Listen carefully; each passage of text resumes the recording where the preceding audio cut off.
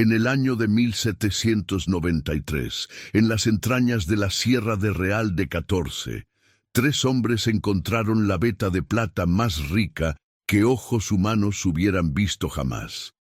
Pero esa noche, mientras celebraban su fortuna, no sabían que acababan de firmar su sentencia de muerte. ¿Cuánto estarías dispuesto a traicionar por una riqueza que cambiara tu destino para siempre? Porque lo que vas a escuchar no es solo la historia de una mina maldita. Es el relato de cómo la codicia puede transformar a hermanos de sangre en enemigos mortales. Y por qué en Real de 14, hasta el día de hoy, nadie se atreve a pronunciar el nombre de la Purísima Concepción, la mina que devoró a todos los que tocaron su plata. Corría el mes de octubre cuando Evaristo Saldívar, Crescencio Medrano y Macedonio Terrazas descendieron por última vez como socios a las profundidades de su mina. Los tres habían llegado a Real de 14 5 años atrás, cuando el pueblo no era más que un campamento de lonas y esperanzas rotas entre los cerros áridos de San Luis Potosí. Si historias como esta te llegan al corazón, suscríbete a Cuentos de la Tierra. Cuéntanos en los comentarios desde dónde nos sigues y continuemos con este increíble relato. Evaristo era el mayor de los tres, un hombre de 42 años con manos como piedra y una mirada que sabía leer la montaña mejor que cualquier ingeniero de la capital. Había trabajado en las minas de Guanajuato desde niño y conocía el lenguaje secreto de las vetas, el color de la roca, el olor de la tierra húmeda, el sonido hueco que anunciaba una cavidad rica en mineral. Crescencio, 10 años más joven, era el músculo del grupo. Alto, de espaldas anchas y pocas palabras, había dejado su rancho en Zacatecas después de que una sequía devastadora acabara con el ganado de su familia. En Real de 14 había encontrado algo más valioso que el agua: hermanos de verdad. Y Macedonio. Macedonio era el soñador. A sus 28 años, era quien mantenía viva la esperanza cuando las semanas pasaban sin encontrar nada más que roca estéril y polvo. Sabía leer y escribir, algo raro entre los mineros, y llevaba siempre en el bolsillo de su camisa una carta doblada de su madre, en la que ella le pedía que regresara a casa, a Aguascalientes, antes de que la montaña se lo tragara como había tragado a su padre. Los tres habían hecho un juramento 5 años atrás, frente a la pequeña capilla del pueblo. Compartirían todo por partes iguales, 3/3 perfectos, sin secretos, sin engaños, hermanos ante Dios y ante los hombres.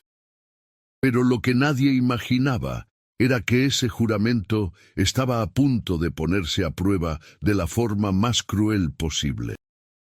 La Purísima Concepción no había sido generosa con ellos. Durante 5 años habían extraído apenas lo suficiente para comer, pagar el alquiler de 2 cuartos miserables en la calle del Zacate y comprar las herramientas y la pólvora necesarias para seguir excavando. Mientras otras minas del Real florecían y sus dueños construían casas de cantera con patios de azulejos de Talavera, ellos seguían durmiendo sobre petates y comiendo frijoles con tortillas duras. «Hay plata ahí abajo», repetía Evaristo cada vez que Crescencio o Macedonio sugerían abandonar. «Lo siento en los huesos. Esta montaña está esperando el momento justo para revelarnos su secreto».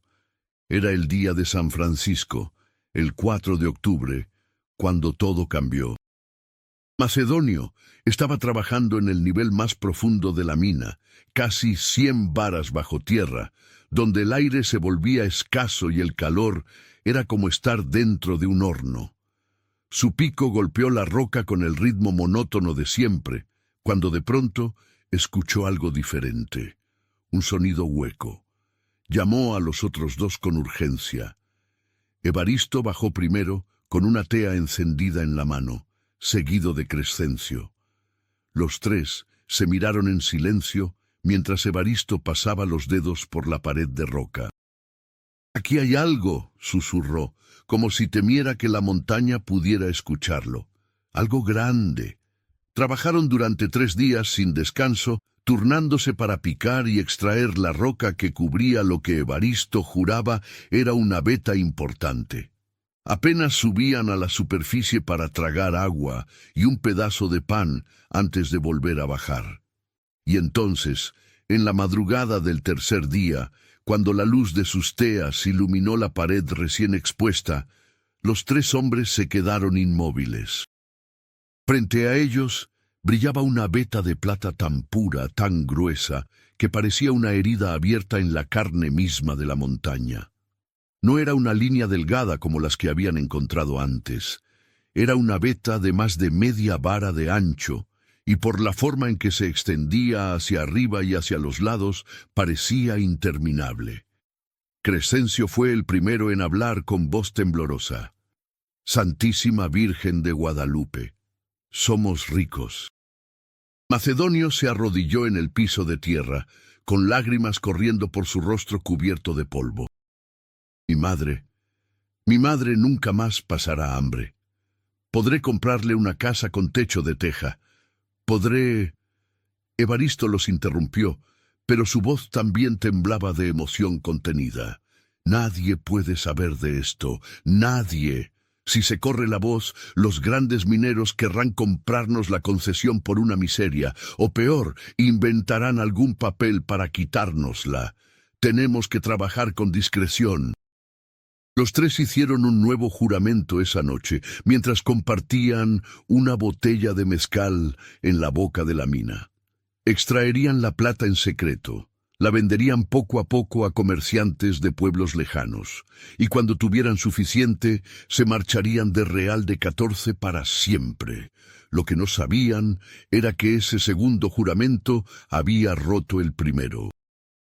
Porque en ese momento, sin que ninguno lo dijera en voz alta, cada uno ya estaba calculando cuánta riqueza significaba su tercio de esa veta interminable. Durante las siguientes semanas, los 3 socios trabajaron como nunca antes. Extraían la plata por las noches, cuando las otras cuadrillas habían terminado sus turnos y las calles de Real de 14 quedaban desiertas. Escondían el mineral en costales de frijol y lo llevaban a diferentes fundidores en pueblos cercanos, Matehuala, Cedral, Banegas. El dinero comenzó a llegar. Primero fueron unas cuantas monedas de plata, luego más y más. Evaristo compró botas nuevas, de cuero fino de león. Crescencio se mudó a un cuarto más grande y empezó a comer carne 3 veces por semana. Macedonio envió una carta a su madre con 20 pesos adentro, una fortuna para una viuda que vivía de lavar ropa ajena. Pero algo había cambiado entre ellos. En las noches, cuando terminaban de trabajar y subían a la superficie, ya no conversaban como antes.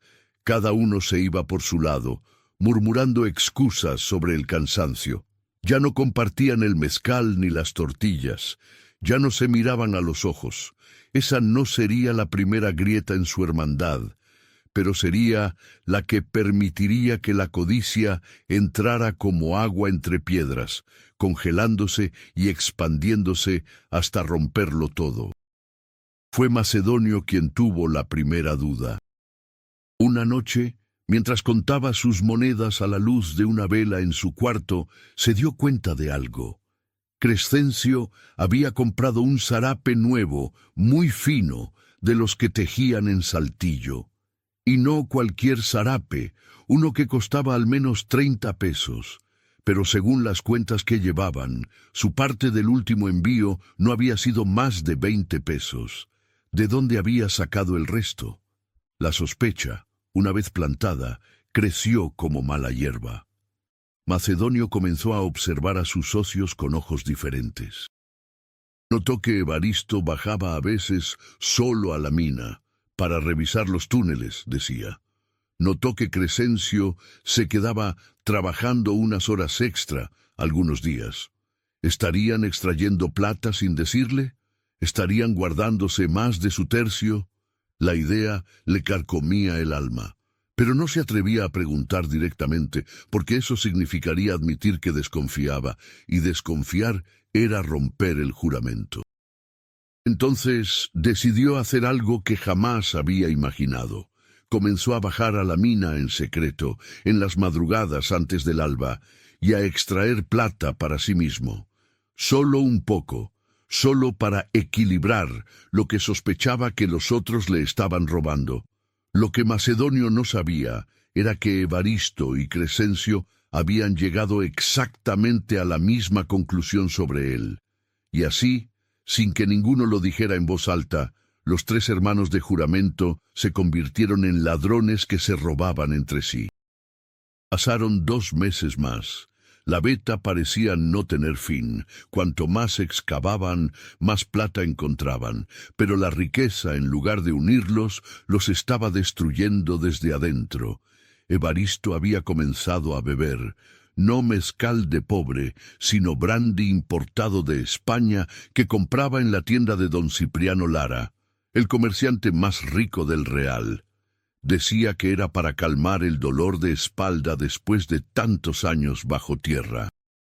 Pero la verdad era que bebía para acallar la voz en su cabeza que le susurraba: «Ellos te están robando. Ellos no merecen tu lealtad». Crescencio, por su parte, había comenzado a visitar a una viuda joven que vivía en las afueras del pueblo. Eduviges Cisneros, que tenía 2 hijos pequeños y una sonrisa que iluminaba incluso los días más grises. Le llevaba comida, le compraba ropa para los niños, le prometía que pronto se casarían y tendrían una casa propia con un huerto de árboles frutales. Pero para cumplir esas promesas necesitaba más dinero, mucho más, y su tercio no era suficiente.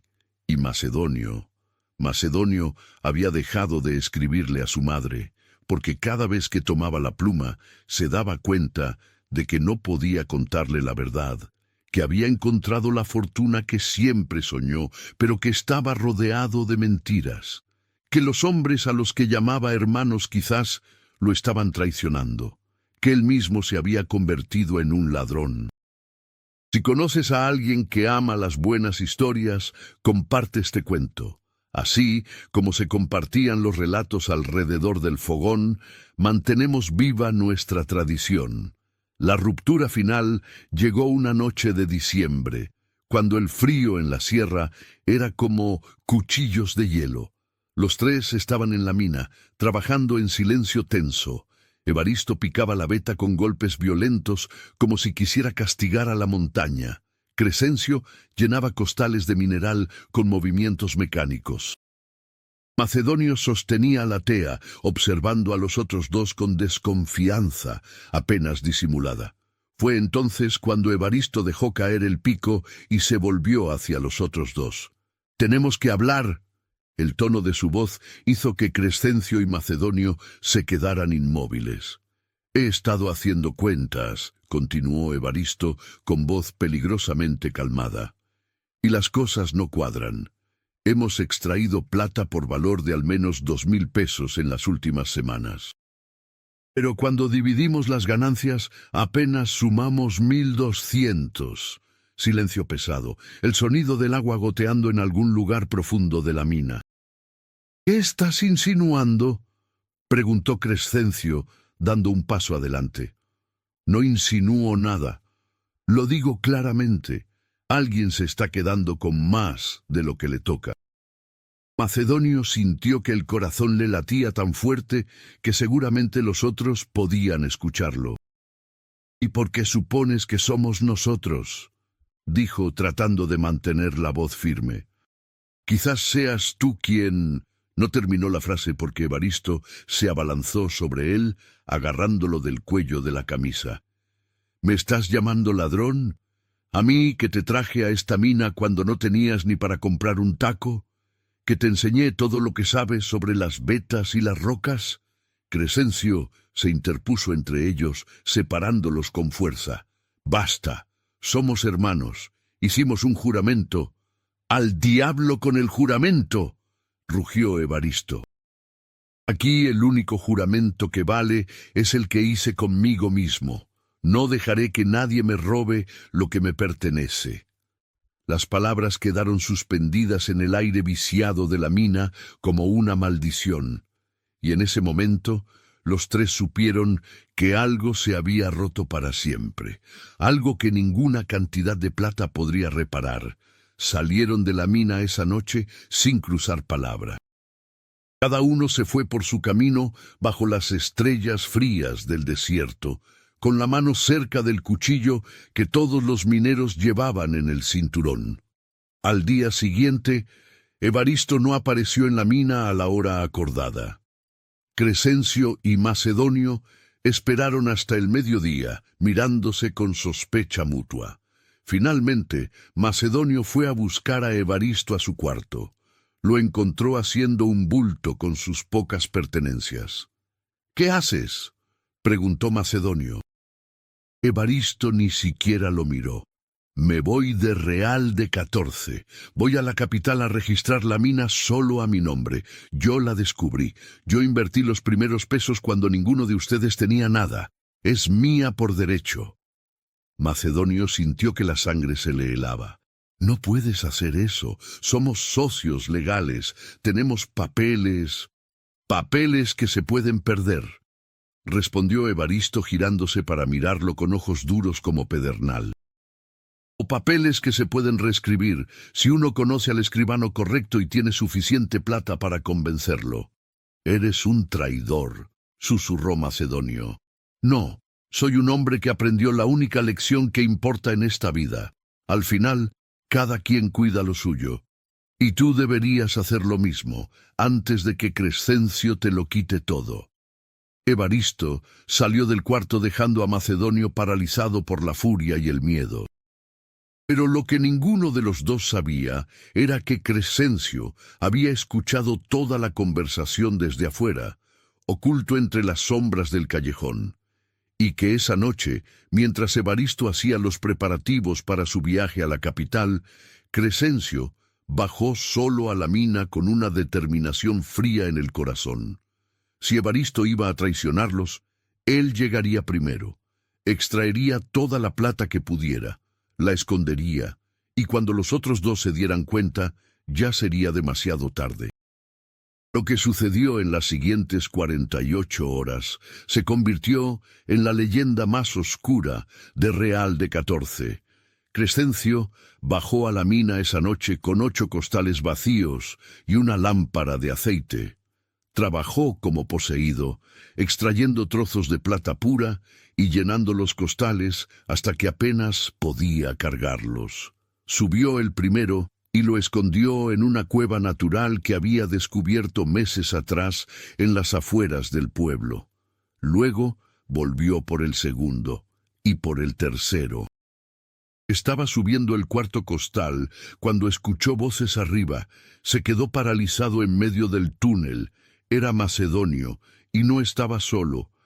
«Tienen que arrestarlo antes de que salga del pueblo», decía Macedonio. «Está robando mineral de una mina que es propiedad de 3 socios legales. Yo tengo los papeles que lo comprueban». «¿Y dónde está ahora ese hombre?», preguntó otra voz. «El alguacil del Real, Leandro Quintero. Debe estar en su cuarto, preparándose para huir a la capital». Crescencio sintió una mezcla de alivio y desprecio. Macedonio estaba delatando a Evaristo, pero no sabía que él, Crescencio, estaba en ese momento haciendo exactamente lo mismo que acusaba a Evaristo de planear. Esperó en silencio hasta que las voces se alejaron. Luego subió con el costal y lo llevó a su escondite. Pero cuando regresó por 5ª vez a la mina, algo había cambiado. El aire se sentía diferente, más pesado, más frío, y entonces vio el humo. Alguien había prendido fuego a los soportes de madera del nivel superior. Las llamas comenzaban a propagarse hacia abajo, consumiendo las vigas que sostenían el techo de roca. Crescencio corrió hacia la salida, pero se detuvo en seco. En la entrada del túnel, bloqueándole el paso, estaba Evaristo, con una pistola en la mano. «Pensaste que podrías robarme», dijo Evaristo con voz extrañamente calmada. «Pensaste que podrías llevarte la plata mientras yo estaba distraído con el alguacil». «Evaristo, escucha. Las vigas se están quemando. Tenemos que salir».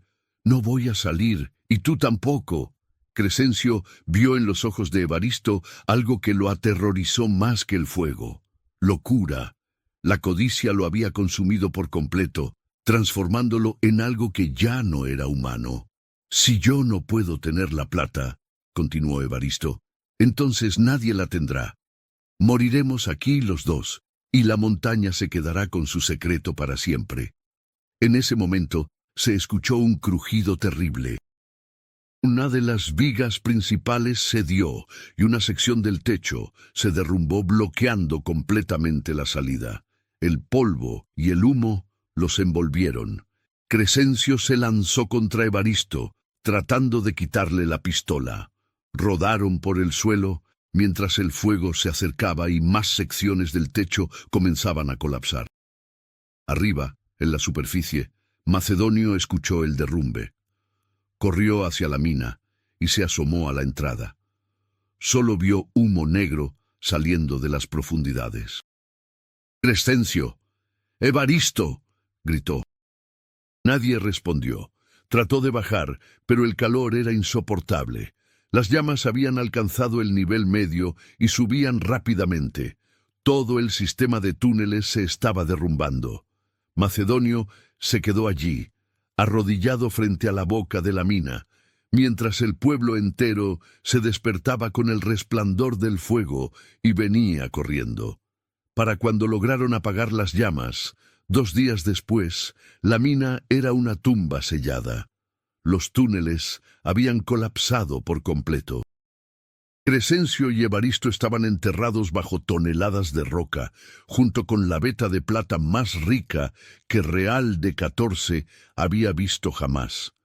Macedonio intentó explicar lo que había pasado al alguacil, pero ¿cómo podía explicar la verdad? Que la codicia los había transformado de hermanos en enemigos, que todos habían traicionado el juramento, que él mismo había estado robando plata en secreto. En cambio, contó una versión más simple, que había habido un accidente, que una lámpara se cayó y prendió fuego a los soportes. Un trágico accidente. Nadie lo creyó del todo, pero tampoco nadie presionó para saber más. En Real de 14, las minas se cobraban vidas todo el tiempo. Era parte del precio de buscar riqueza en las entrañas de la tierra. Lo que nadie sabía, excepto Macedonio, era que Crescencio había sacado al menos 4 costales de plata pura antes de morir. Plata que ahora estaba escondida en algún lugar en las afueras del pueblo. Macedonio pasó las siguientes semanas buscándola. Recorrió cada cueva, cada grieta en las rocas, cada rincón donde Crescencio pudiera haberla ocultado. Nunca la encontró. Algunos decían que Eduviges, la viuda que Crescencio cortejaba, de pronto tuvo dinero para mudarse a Matehuala con sus hijos y abrir una tienda. Otros decían que no, que la plata seguía ahí, esperando a que alguien con más suerte o más astucia la descubriera. Macedonio se fue de Real de 14 3 meses después. Compró un pasaje en la diligencia y volvió a Aguascalientes, donde su madre lo recibió con lágrimas de alivio. Le contó que había trabajado en las minas, pero que no había encontrado fortuna. No mencionó la veta de plata. No mencionó a sus socios muertos.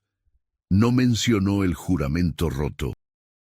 Con el poco dinero que había ahorrado, compró un pequeño terreno y se dedicó a cultivar maíz y frijol. Se casó con una muchacha del pueblo, tuvo 3 hijos y nunca más volvió a hablar de Real de 14. Pero en las noches, cuando no podía dormir, veía en su mente la veta brillante en la oscuridad de la mina, y escuchaba las voces de Crescencio y Evaristo llamándolo desde las profundidades, preguntándole por qué él había sobrevivido y ellos no. La pregunta lo persiguió hasta el día de su muerte, 40 años después. En Real de 14, la mina de la Purísima Concepción nunca se volvió a abrir. Las autoridades la declararon demasiado peligrosa, demasiado inestable. Con el tiempo, la entrada se selló con rocas y cemento, pero los mineros del pueblo conocían la verdad. Nadie quería acercarse porque todos habían escuchado las historias, que en las noches sin luna se podían oír voces bajo tierra, que algunos habían visto sombras moviéndose cerca de la entrada sellada, que la montaña misma rechazaba a cualquiera que intentara volver a perforar en ese lugar. Le llamaron la mina maldita, y el nombre se quedó. Con los años, otros mineros encontraron otras vetas en Real de 14. El pueblo creció y floreció. Se construyeron iglesias magníficas y casas de cantera rosa. La plata fluyó como río de metal blanco hacia la capital y hacia España. Pero nadie volvió a encontrar una veta como la que Evaristo, Crescencio y Macedonio descubrieron aquella noche de octubre. Algunos decían que era porque la montaña la había escondido de nuevo, guardándola para sí misma. Otros decían que la plata seguía ahí, esperando, pero que tenía un precio que nadie estaba dispuesto a pagar. El precio de la lealtad rota, el precio de los juramentos traicionados, el precio de dejar que la codicia transforme hermanos en fantasmas. Y así fue como la mina más rica de Real de 14 se convirtió en una tumba, porque hay verdades que el oro y la plata no pueden comprar, que la riqueza sin honor es veneno, que los juramentos son sagrados precisamente porque son difíciles de cumplir, y que el costo de la traición siempre es más alto que cualquier fortuna que se pueda imaginar. Cuentan los ancianos de Real de 14 que en las noches de diciembre, cuando el viento baja frío de la sierra, aún se pueden escuchar los golpes de pico contra la roca, viniendo de las profundidades de la Purísima Concepción, como si tres hombres siguieran buscando por toda la eternidad la riqueza que encontraron pero que nunca pudieron disfrutar, porque hay minas que no extraen plata de la tierra, sino almas de los hombres, y esas son las más malditas de todas.